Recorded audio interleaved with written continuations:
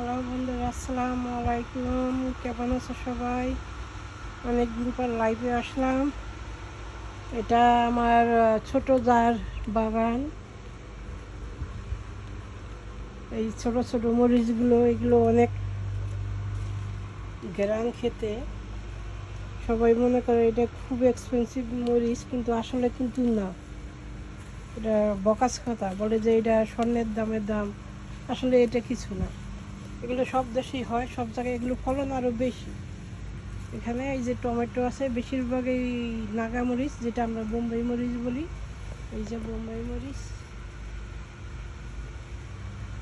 এই যে বোম্বাই মরিচ, এগুলো সব বোম্বাই মরিচ। অনেক মরিচ ধরছে। তারপর এখানে বেগুন গাছ আছে, করলা গাছ আছে, বেশিরভাগই মরিচ গাছ।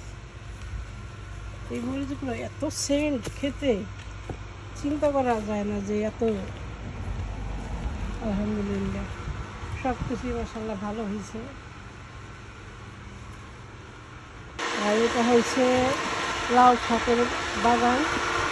জায়গা অল্প, তো এই জন্য ছোটো ছোটো জায়গা অল্প অল্প করে চাষ করা হয়। এটা কচু কচু গাছ, এটা কি জানি না, নদী শালগম। আর এটা হচ্ছে সুইমিং পুল। এই সুইমিং পুলের জন্য বাড়ির দাম বেড়ে যায় অনেক, ট্যাক্সও অনেক বেশি হয়ে যায়।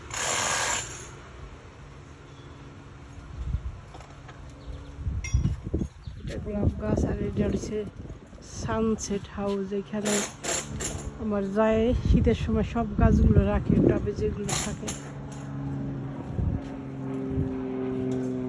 এটা ছোট একটা স্টোর রুম। এখানে লাউ গাছ আছে, মিষ্টি কুমড়া গাছ আছে। বন্ধুরা, তাইলে আজকে আর বেশি সময় নেব না, আবার আগামীতে অন্য কোনো কিছু নিয়ে আবার সামনে আসবো। সবাই ভালো থাকো, সুস্থ থাকো। আজকে এই পর্যন্তই। আল্লাহ হাফেজ।